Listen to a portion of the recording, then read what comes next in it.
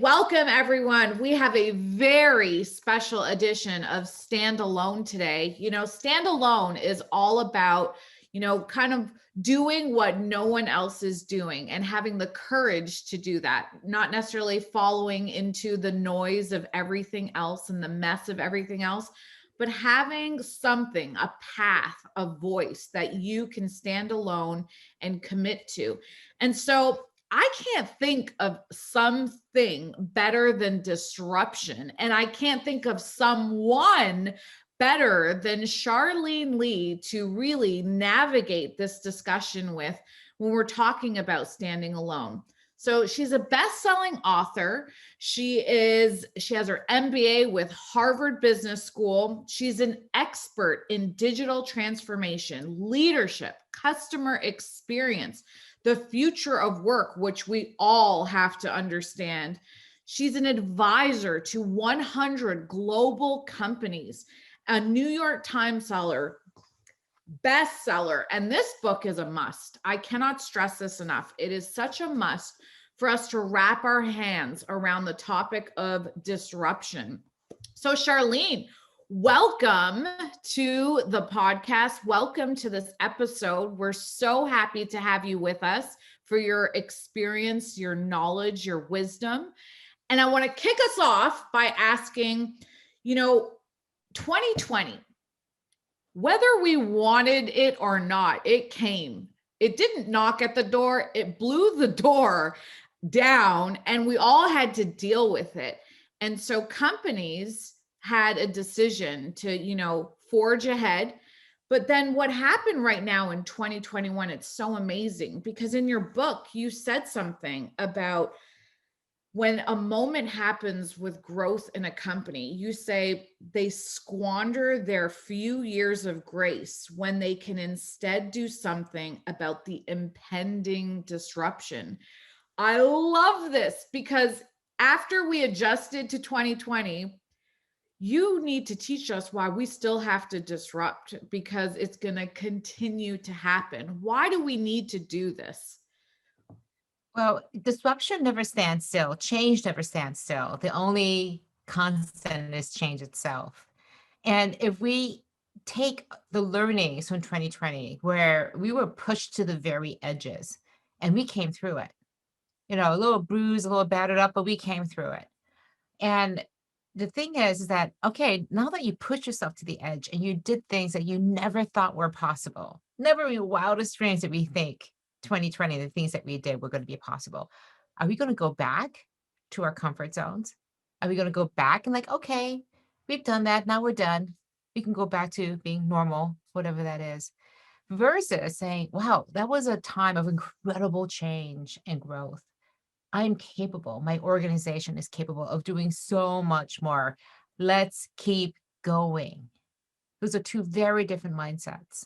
One says, I'm satisfied with the status quo. I'm fine with what it is today. The other one says, no, this isn't enough. There's so much more impact I can have. I'm going to keep striving and moving forward.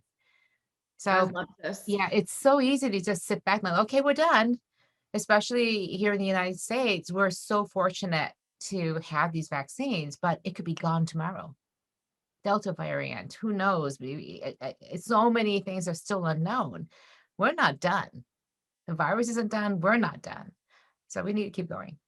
Yes. And what I want to do today is really break down, two components that you cover very, very well. And it's two components that I work very hard on my business to make sure we're always at the cutting edge. What are those two things? Leadership and culture, right? Why is it so important for us not to just create an environment, or not really environment, but not be the kind of leader that tells everyone, be innovative. But instead, we need to be the kind of leader that is entrepreneurial in spirit and that really cultivates an environment that allows for disruption to occur. Because you say innovation is easy, disruption is hard. What do you mean by that? Why is that important that leaders know the difference? It's easy to come up with an idea. "Oh, look, I have an idea. Look at this bright, shiny object. Let's go and do this. Well, let's explore it." Well, it's getting interesting, but if we were to actually do that innovation, make that change, well, that would be hard. That would be disruptive. Innovation is the easy button of getting out of actually doing the hard work of disruption.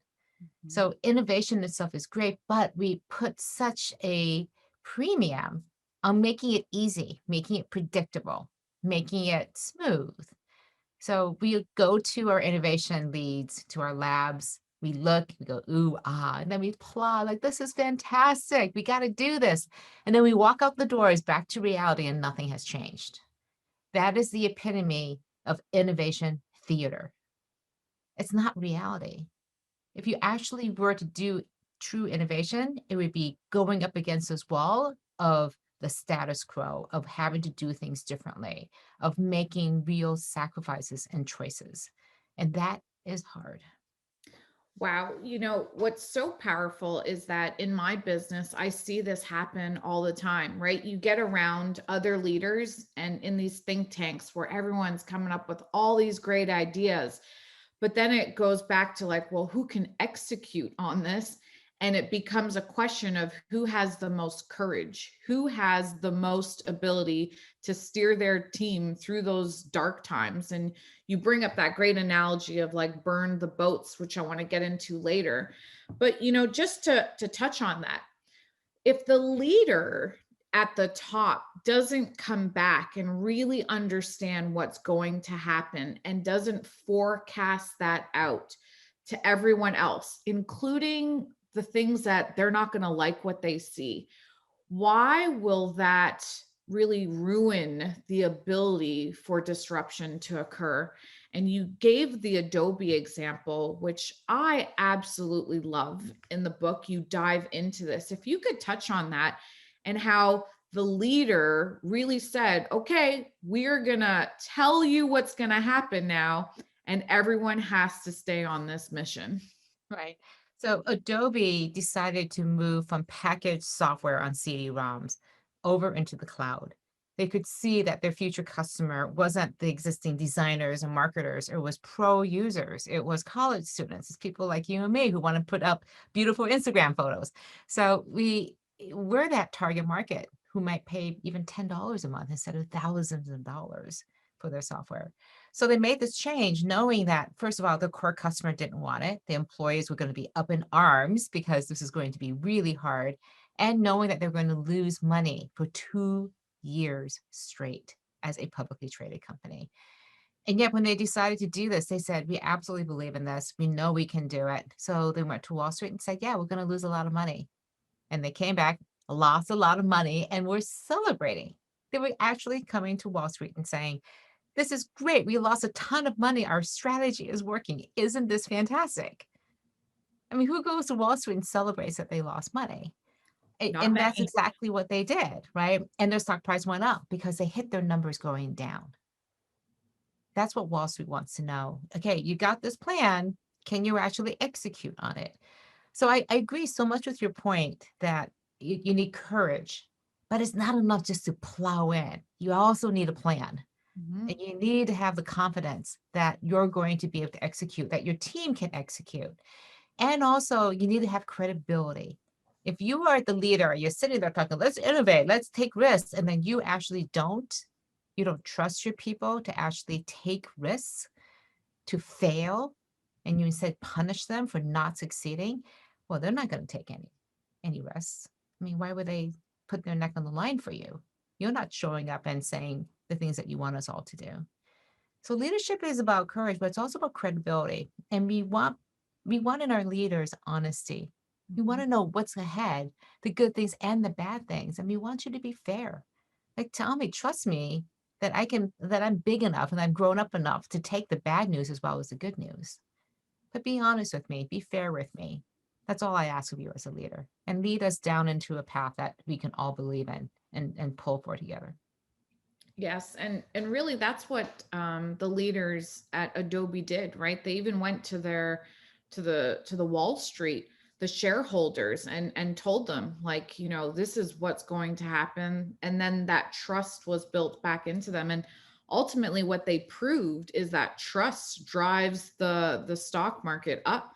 And so when people are uncertain, this is when you drive it down. So I think that's a classic example of trust turning into profit, which we don't really see a lot in the business world. So I'm so grateful that you really dive in to that example, and everyone really should grab the book and go into it more. And you almost have to remind yourself of this example, because when you're in the dark and when things are happening, it's hard to stand alone and to stick to that. So this is why culture comes into play. And for a lot of people, Charlene, you gave this great quote of culture eats strategy for breakfast. What does that mean? Because strategy is so important, but why is culture even more important? Because your strategy is going to constantly change depending on what's happening in the marketplace. But at some point you go, okay, we're going to put down some roots. We're going to make some bets. This is what our strategy is going to be to meet the future. Now, your culture, if the strategy is the roadmap that you've laid out to the future, then culture is the engine of your car that determines how fast you can go down that road. Culture is all about how we do things around here. It's the beliefs and the behaviors that come out and are developed over time. And if your beliefs are holding you back from going into that future, well, we don't know for sure. We have to be 100% certain. We can't afford to take risks. Failure is not an option. These are things that are going to keep you from going down that road with confidence. So you need to think about, is your culture tuned to the future? Is it focused on those customers of the future? Or is it much more tuned to and configured to preserve what you have today, to conserve and preserve and not change? So culture is so important, because know this, you can change your strategy pretty easily. Oh, we decided that didn't work, we'll go to a different target. Culture, a lot harder to fix, which is why you have to invest in it today. Yes, and you give this great image there with behaviors, and then beliefs. Do you feel that it's the leader's responsibility to set the beliefs and the behaviors? Do you believe that it is the entire organization's ability to do that? How does that come into play? Who is setting the tone for the beliefs and the behaviors? Who's reinforcing it? How do leadership and culture start to intertwine here? Great question. Again, I do think it's incumbent upon leaders to co-create a strategy. But once that strategy is created, then you look at the culture and you go, well, what beliefs are truly holding us behind, holding us back? And a great exercise is to literally do that. Take some sticky notes, have everybody in a room, just write on the sticky notes, what are the beliefs we think hold us back? What are the things we say to ourselves, say to each other that we think are holding them back? Write them up, put them on the middle of the table, put them on a board, group them together, and then agree that, these beliefs that we say to ourselves, that failure is not an option, we need to stop saying that because it's holding us back. Do we agree that we're not going to do this anymore? And then we're going to call each other on it. This act of co-creating your beliefs is so incredibly powerful, because we already agreed we don't want to do this anymore. And we're going to stop. And instead, we're going to believe in new beliefs that we're going to come up with together. I don't think it helps if a leader comes up from on high and says, okay, this is what we're going to do now. These are our new beliefs. Everyone will, that may be your beliefs, but are they mine? Are they ours? How do we come into that center? And it's not to say that the beliefs aren't more about that, one person's beliefs aren't invalid. It's much more about how do we come to agreement and alignment on the beliefs that we hold in common with each other, because that's what culture is. It's our common agreement points, our common agreements of how we're going to believe and how we're going to act. Yes, it brings that analogy of the aircraft carrier up to when you think about how culture and how leadership intertwine to make people make moves faster, right? And you give this great analogy of the aircraft carrier, where in a lot of organizations and a lot of businesses, they actually use this as an excuse not to change, right? They say, like, it's just too big, it's not possible, it is what it is, this is what we're dealing with. But then you go into this story. If you could share this with everyone, it's so powerful about your experience with the captain and when he gave directions, what happened and why that was able to occur. Yeah, I was I had the privilege of being on the USS Nimitz, an aircraft carrier, and sitting up on the bridge, the captain was just showing us everything. And it was fascinating because it was a day when they were doing a surge exercise. They were at the very end of their training. So 100 planes were taking off and landing. There were 3 supply ships doing a resupply underway, which is one of the most dangerous things. They had these tiny little ropes that were connected between the ships, supply ships, and the aircraft carrier, and they're all going at full speed. And in the middle of this, the captain gives an order to turn. And on cue, everybody turned. All the ships, all the planes, all turned together. And he had absolute confidence that that would happen. And he shared, at the beginning of this training, I would give the order and we just sat there. It required training. It required everyone to know what roles they played, how they're going to do things. And it also it involves creating that confidence that when the order comes, we know we can turn, even under the most extreme circumstances. So, culture in many ways is when we need to turn because of opportunities or because of threats in the environment. Will we be able to turn? Do we have the confidence that when it comes time, when the order, when the command comes down, it's time to turn? Will we all pull together? And disruptive organizations have, this is very counterintuitive. Disruptive organizations have a lot of structure, they have a lot of process, they have a lot of rituals, they have these standard operating procedures that allow them to be able to turn, to flex, to be able to connect with each other. They're incredibly well run and organized, not chaotic. And that allows them to have this firm foundation so that they can turn all of their energy towards creating the change rather than figure out how to create the change internally. Yeah, just to give a lot of people a lot of confidence when they don't have all the answers, for them to understand you're not going to have all the answers. And that just means you have a creative mind, because you're constantly asking more questions that you don't have the answers to.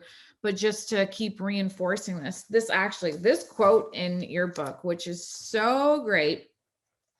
I love it because a lot of people don't think like this. And you said this word, counterintuitive, right? This is why you need different people on your team to bring up things that maybe you wouldn't have thought about.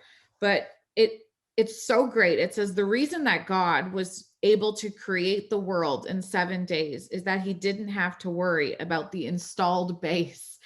So I love this because yes, we need routines. Yes, we need systems. But, for us to understand, those things create predictable outcomes. When we're in that situation of predictability and it's so comfortable, like we're getting a return on our profit, it feels so good. When people get into business, this is what they're looking for. Charlene, how do we, in our sane mind, say, okay, let's disrupt again? And why do we need to still think about our future customer, even when our current customer is giving us a very nice and comfortable profit? Because your current customers today are not necessarily your future customers of tomorrow. You may think they were, you may wish that they will be because it's great, it's comfortable. We know each other, we know we have a good thing going here. Why would I blow this up? Because the good thing may not be here tomorrow. Your Mhm. customers are constantly changing. So understanding how they're changing and evolving, but also looking on the horizon to say, what else is out there? And not being satisfied only with the current customers to say, who else can I serve? Who else can I impact and help? And that's what our customers are really asking us to do. And you don't have to look very far. Those customers are probably the ones you already have, but they're just not 100% happy with you. They're like 70% happy with you. And you just don't quite meet their needs.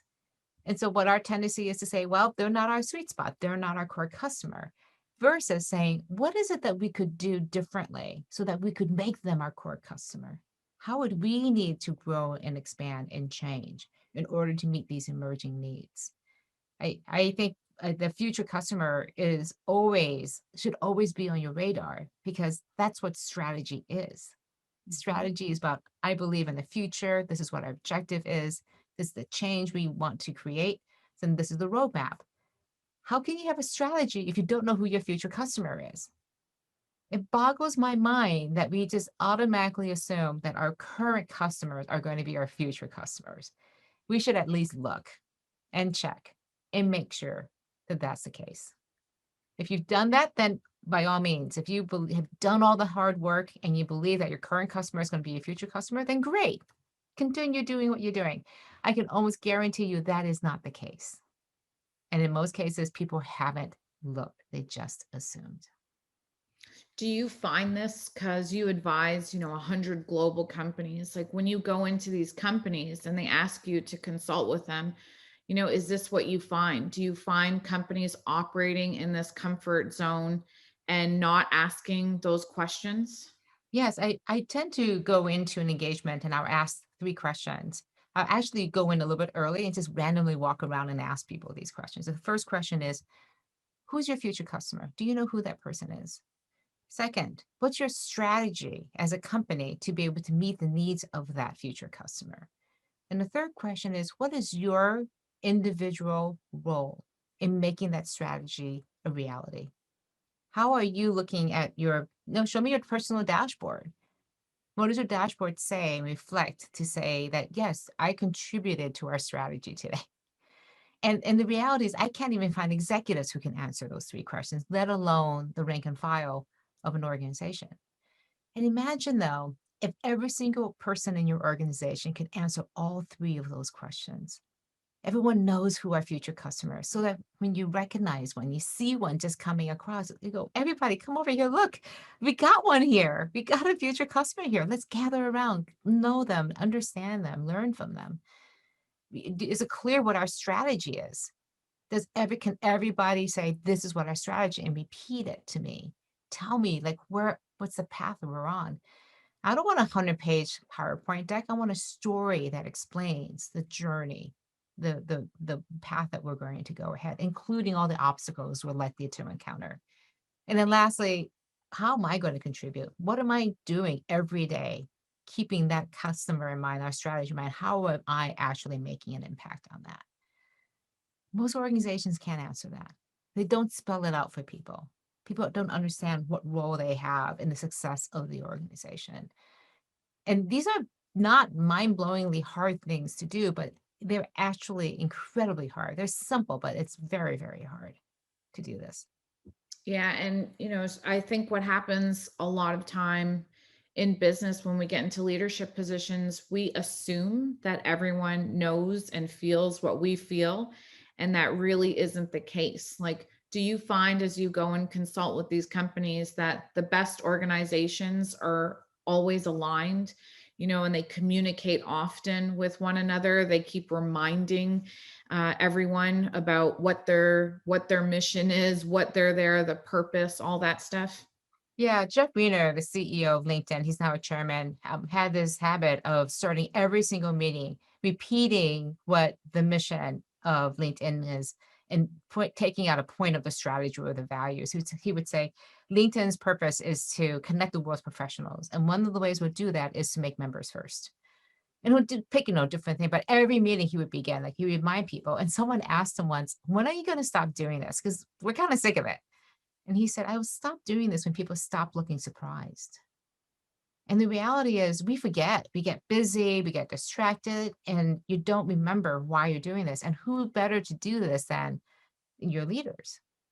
I wrote about this in the book. I sat in on a meeting of a marketing team and I asked the CMO at the end of the day, so by the way, tell me what your strategic objectives are for the business over the next coming years in January. She goes, oh, I'm so glad you asked. We just spent a whole week on this. Team, tell them.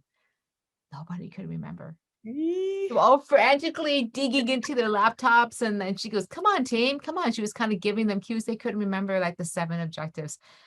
That's not living your strategy. That's not living your purpose. Unless it's upfront and clear and articulated every single day. It almost becomes a mantra. And you sound like a broken recorder, but I guarantee you, say it every single day, every single time you see people. This is why we're here. This is the why. This is how we're going to do it. Repeat it over and over and over again. Wow. And for people to know that even if you're in a small company, that's what the most successful larger companies do. Like they don't stop repeating and they make sure that everyone is so aligned. I love this.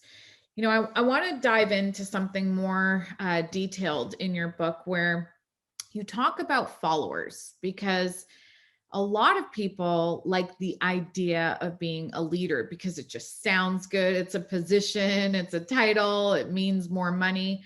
But I've always known, especially, when I came into the business world, I knew nothing about business. I studied to be a doctor. So when I came into the business world, I had to become a really good follower so that I could, earn the stripes and then go into leadership.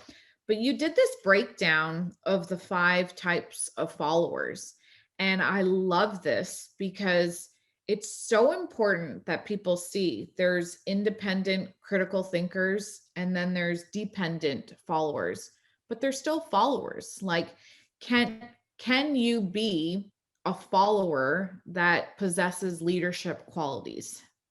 Absolutely. I think of followership as the flip side of leadership. Because the only reason why you are a leader, an successful leader, is because you aspire to create change. Mhm. But you also have to inspire people to follow you to Yes. create that change. And that inspiration part is the relationship. And you can have many different types of relationships. You can have a dependent follower, somebody who won't take any steps until you tell them it's okay. Okay. And they're called sheep, basically. So they're going to follow you no matter where you lead them. The other type of one, though, who's independent is going to be much more of a partner. The relationship is okay, I may set the goal, but I may not have all the answers, but I can ask really good questions. I need you to come in and be a leader with me. We're going to co create this. And I need your brain and your experience and your perspective to make sure we get down this road the right way. And you have 2 different approaches. It's not to say one is better than the other. If you have the type of business where things don't change, it's really dependent on your expertise. Let's say it's an artisan gallery or some sort of work that is highly dependent on your personal knowledge as a leader, then that can work. But if it's like most businesses where there's a lot of unknowns, you do not have all the answers. You're going to be dependent on your followers. So that's a very different way of thinking about things. It is not about you sitting in front with a title that gives you the authority to command and control people. It's because in reality, you don't actually control anybody. You can only inspire people to follow you. I love this. And I love that you attach it and bring up this critical thinking part because for a lot of people, that's what's empowering our ability to see what we can come up, think about, even fail at things, but then pick up ourselves and start again. And then this ties very nicely with, the archetypes that you built in there because for a lot of people, you know, when we're thinking about making change happen, some people don't have an openness to change. They really don't. Like it's unfortunate. I don't know another word to say this, but without this, because you're talking about the inspired behavior to move them. And in your book, you break this down of the realist optimist versus the worried skeptic. Can you break this down for everyone to understand why you want to move in the direction of having an openness so that you become an optimist that's a realist also? Yeah. Again, what I found were 2 characteristics of disruptive leaders. One is an openness to change, and the other one was the leadership behaviors that empower and inspire people. And when you're high in both of these, you're going to be doing really well. This is the archetype of a realist optimist. We also have the agent provocateurs. These are people who wave their hands a lot, say disrupt or die, then walk off the stage and don't really have the leadership behaviors to do this. And that's great. This is the way they are. Vast majority of people are steadfast managers. They change, but not that much, but they're really good at leading people, getting things done, but they're managers. They're not necessarily trying to create change. And the worried skeptics are sitting there going, oh, I don't think this is going to work. They're not comfortable with change, but they also don't have necessarily that leadership mindset around encouraging people to follow them too as well. Regardless of the industry, regardless of the company, you will have all four types because it's all relative to each other. Because on a scale of 1 to 10, you could be a 3, not very disruptive. But if your organization's a 2, you're killing it. Mhm. But by the same measure, you could be an 8, pretty high on that disruption scale. But if your organization is 9 or 10, then you're the laggard.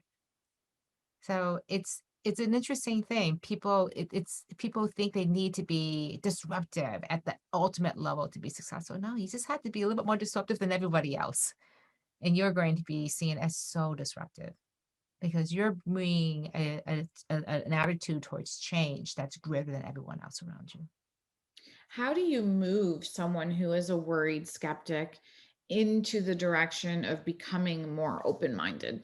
Yeah, I think worried skeptics, first of all, if they believe in the strategy, if they believe that this future customer is worth going after, then it's a lot easier. If they fundamentally don't agree with the strategy, you need to have a different conversation with them. Do you even want to be here if you don't believe in the direction we're going into? Let's find you a different place because we need everybody to be on board. So if they're on board with it, but they're just worried, they're like skeptical, like this is going to work. Their inclination is to see all the bad things happening. That actually can be an asset because Mhm. you know things are going to go wrong. So put them on the teams that come up with all the risk mitigation strategies. Take their doomsday view of the world and say, okay, what would we do if that actually did happen? What are the plans we have to have in place? What's our backup plan and the backup plan to the backup plan? And so because their concerns are absolutely valid. What if that does happen? Well, yeah, what if it does happen? What are you going to do? So the realist of the realist optimist can totally empathize with the worried skeptic, can understand where that person is coming from, and then will create the space for that person to also be successful and contribute to the disruption strategy. But can they ever be as successful as the realist optimist? Well, define success, Right. right? If the idea of success is that the organization moves from here to there, every organization has worried skeptics, and you can only move as fast as your slowest worried skeptic. So it's identifying and understanding that worried skeptics exist. All of these archetypes exist. So how will you bring them along? Because you can't leave them behind. They may not be the realist optimists. They may not be the ones gathering people, pulling people in, dealing with all the questions that somebody has, putting all these plans together. But they do have a role and a contribution to play if and only if they do believe that the strategy is valid. I love that you're saying this because, this is in my business. I always tell my team, I don't want you to be like me. I want you to be your best you. And so that's what makes the win happen. And we always attribute it, oh, it's because of this person, this is happening. But actually, it's because of all these parts coming together. And, if everyone can strengthen where they are, like those are the best wins. So I love that you said that you take that worried skeptic and you let them do their role to the best of their ability instead of comparing and trying to be someone else. But I'm a big believer in strengths finders. Like what is each person's strengths? And the worried skeptics do bring a strength with them. Yeah, they're not going to be at the very front agitating for change. That's not their role. Yeah, don't have them setting a vision or casting a No, vision. that's not gonna, they're gonna be like, nah, this is not where I want to be. But No. can they see literally around the corners? That is a really valuable skill. Mhm. And as long as you can channel that skepticism into a positive place to say, okay, you're skeptical. So what do we do about that? And it's so important to hear them and listen to them and have empathy. It's like, yeah, I can see where you're coming from. That's a really good point. We don't have a plan for that. Can you put that together? I really think this is important for people to understand. I remind myself of this all the time. As a coach, you have to have different players on your team. You can't have just like everyone's a quarterback. That's not going to be a good game. So that's awesome.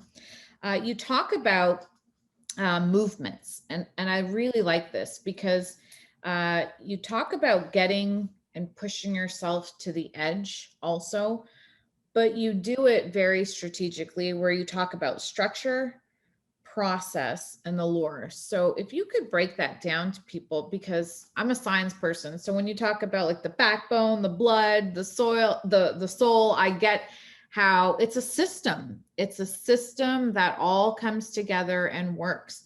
Why do we have to see this as a whole picture? And if you can break down that structure, process, and the lore, that would be awesome. Yeah, so I think of it as a culture operating system. And Yes. all of these pieces have to tie together to make sense. And structure is the most fundamental thing. It's how we organize ourselves, who reports to who, and it really tries to mimic the way that actual work gets done. That said, there is no one ideal structure in the way also that there's no one ideal company. Mm. So it really depends on the way you have put the work together. But the problem is tend to stick too long with one structure and assume that's the one and only way to do things without really examining how could we structure ourselves, actually putting reporting relationships or grouping people together in new and innovative ways to be able to reflect the actual work that needs to be done. So just take marketing, sales, and service, three usually big silos within organizations. They tend not to talk to each other very much because they're optimized for the various functions that they're doing.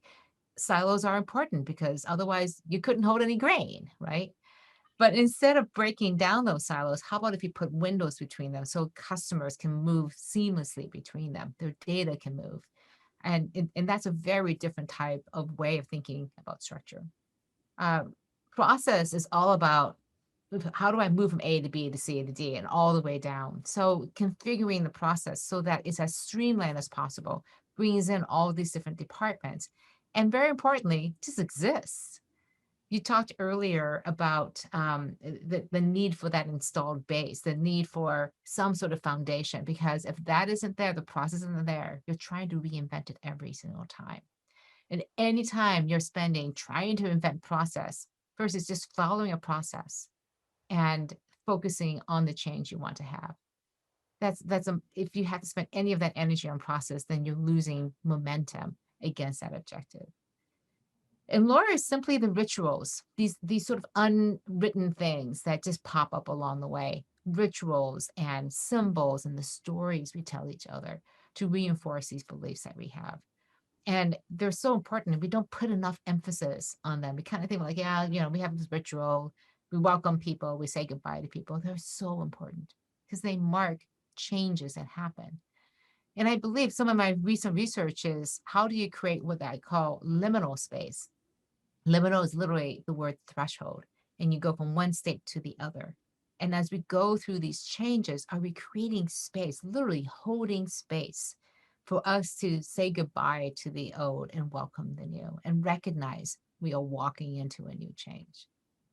Instead, we try to get through change as quickly as possible and not acknowledge the actual change in mindset and in our hearts that have to happen. So I think if we could create that space, understand that we are going through this change, it could really help address this tremendous amount of change fatigue that's happening today. Yeah, when I started standalone, it was really about, moving from ordinary to extraordinary. But the reality is that, the individual has to disrupt themselves, at times to really make changes happen, to have transformation happen in their life. How does someone, because when we think about a company, it's easy for the individual to sit there and look at a company that's not innovating and saying, well, yeah, you guys, you're behind. You need to get with the times. But is the individual disrupting themselves? Is the individual holding themselves to that same level of accountability? How would you say is the best way to examine yourself and to constantly push yourself to the edge of what you're capable of doing as an individual? Yeah, I don't have it here, but I have a mug that says life begins at the end of your comfort zone. And I try to live this every day by saying, how do I push myself out of my comfort zone? How do I look for the adventure every single day in my life? And it's to try things new, do things in a different way, to just give myself a new perspective. And for leaders, and I mean leaders with a capital L, meaning you don't have a title, you just believe that a change needs to happen. You become a leader when you see a change that needs to happen. It could be a small little change. It could be a change in yourself. It could be a change in your environment, immediate environment, with your family, with your community, with your job, with your team, anything. But when you see a change that needs to happen, do you step forward and make that change happen? Or are you waiting for somebody else? Do you see the change and you just point it out to people like, look at this, this should be different. And you're waiting for somebody else to do it. Or do you say, well, why not me? Mm-hmm. Why not? Why shouldn't I make that change?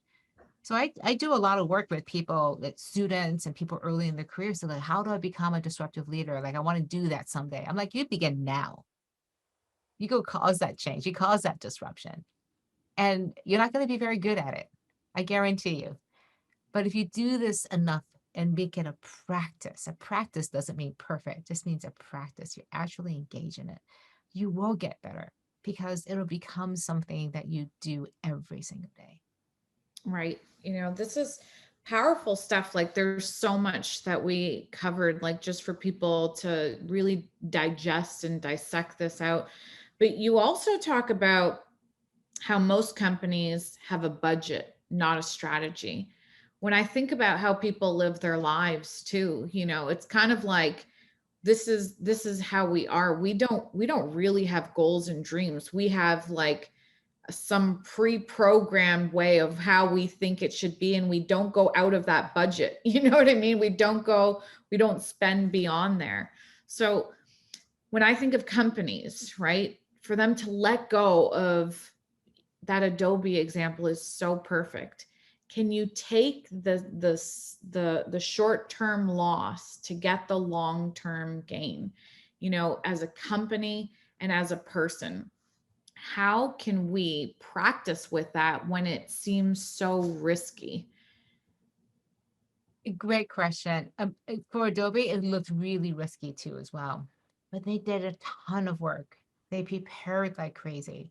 And in Pair. particular, they put in so many capabilities.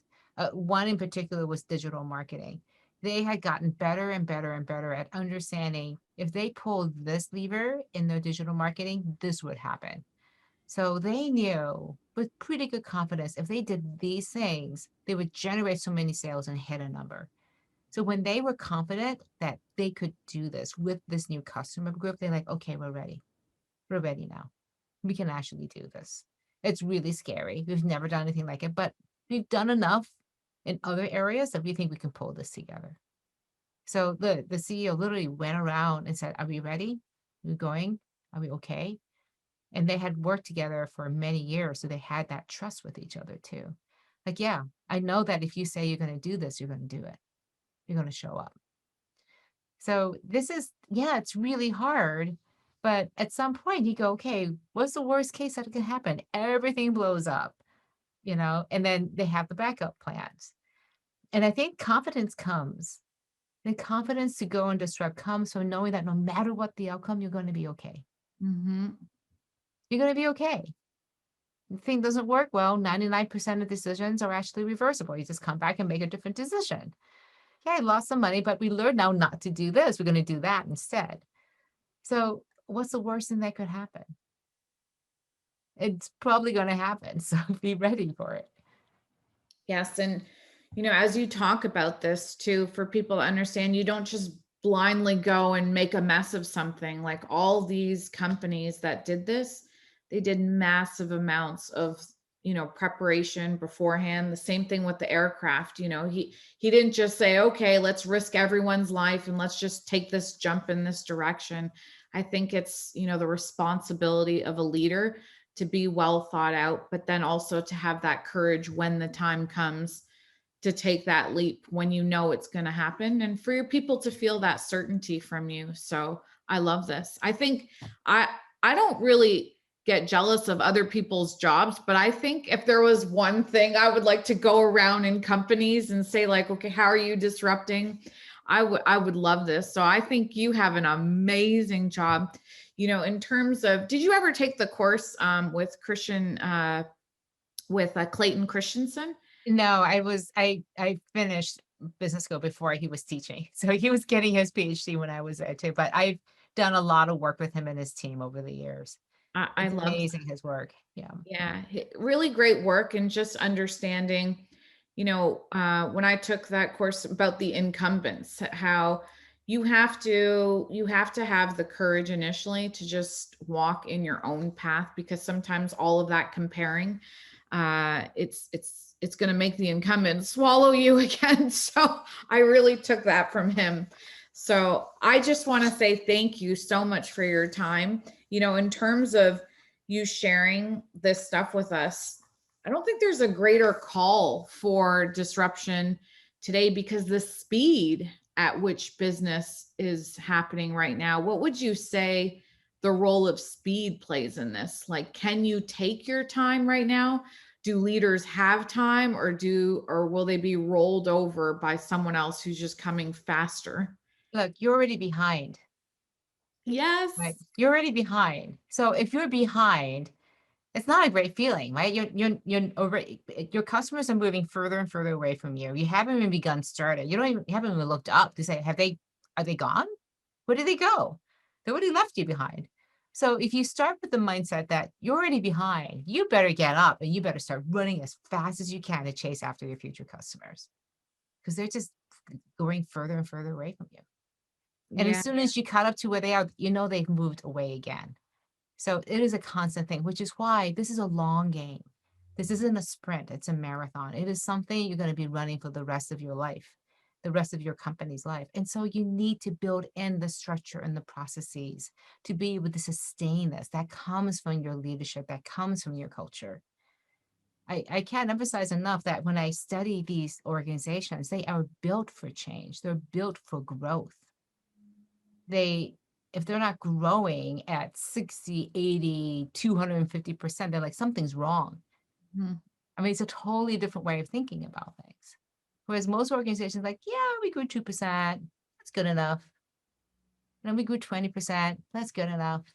Disruptive organizations are constantly saying, how can we grow more? Mhm. And you also talk about, tech not always being the problem, because a lot of times we start to make up stories about why we aren't getting that exponential growth, right? And it's so easy to blame tech, but you say that's not always the situation. Can you Yeah. elaborate on that? Yes. Again, as a technology analyst, I've been studying tech now for over 2 decades, and it's never about the technology. Huge. You do not have to have the best and greatest technology to be able to do this.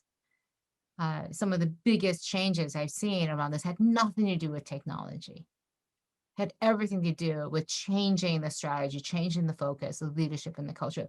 Granted, good technology always helps, but it Yes. has to be implemented correctly. But I've seen so many companies have not the greatest, they're like on SharePoint 2010 or something, and they're still doing great. So this is an excuse for not doing the hard work. Well, we don't have the data. We can't do the data. If we don't have it, then we can't begin to make the plans. Well, how do you know what data you need if you don't have any plans? So no, get your act together, figure out who your future customers are, and even if it's not perfect, go find that minimal viable data to be able to go and engage with those customers so that you can learn more while you're putting together your technology platform to be able to engage with them. It's Yeah. not technology first and then the customers come, but your view of the customers have to come first to drive your perspective of how to build a tech platform. Yes. And I want to close up with the most important person in business, which is the customer, and you do a lot of work with the customer experience. And for businesses to understand, like, you can lead yourself, you can lead your team, but if you're not thinking about the customer, what will happen to your business? So what could you share with us to just, kind of encapsulate all this together? Like why you have to care to be disruptive is not for your ego. It's not for you to be like, I'm cool, I disrupted a company, but it's really to put the customer at the forefront and to think about them and what they want in the future.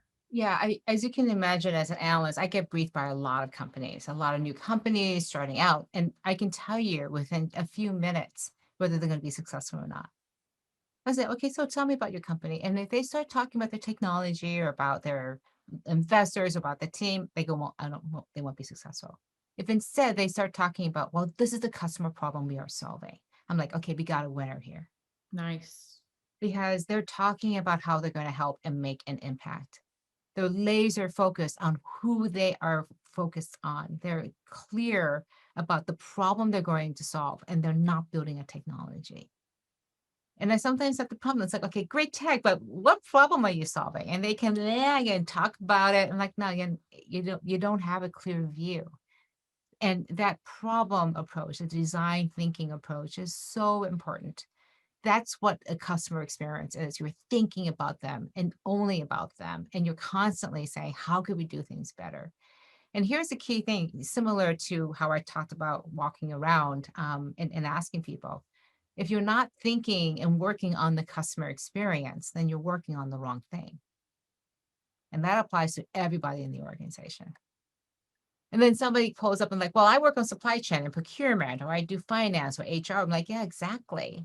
So when you're doing the HR hiring, are you thinking about hiring the people who are going to help build that customer experience? When you're doing procurement or billing, are you thinking about the interactions you're going to have, or the quality of the materials that are going to impact the product that these customers are using? Are customers and their experience at the center of everything that you do, down to every single person? This is major. And this is why, as a leader, you push yourself out of that, comfort zone for the customer. Like, get it off of your chest and know that you're doing it for a higher purpose and a higher calling. And it's ultimately the customers that keep us in business, because when they move on, you either find a new customer or you find a new business, you'll be in trouble. So, I love this. I thank you for your time today. I thank you for your extensive work. I thank you for the way that you package it together, because you make it sound nice, but disruption is messy.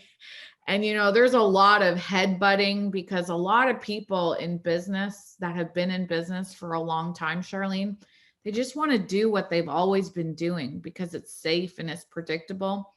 And, I really believe there's a calling right now for new leaders to come into this. And if you can put the customer first and you can think about them, you're going to win. You're going to win. So I love that you package your work so beautifully and nicely, so that we can dive into it and really not be afraid of disruption, but start approaching it strategically and more level-headed. I love this. So thank you for your work.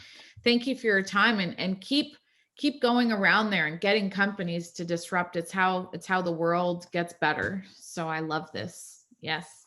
Thank you. Thank you for your time Thank you so today. much for having me.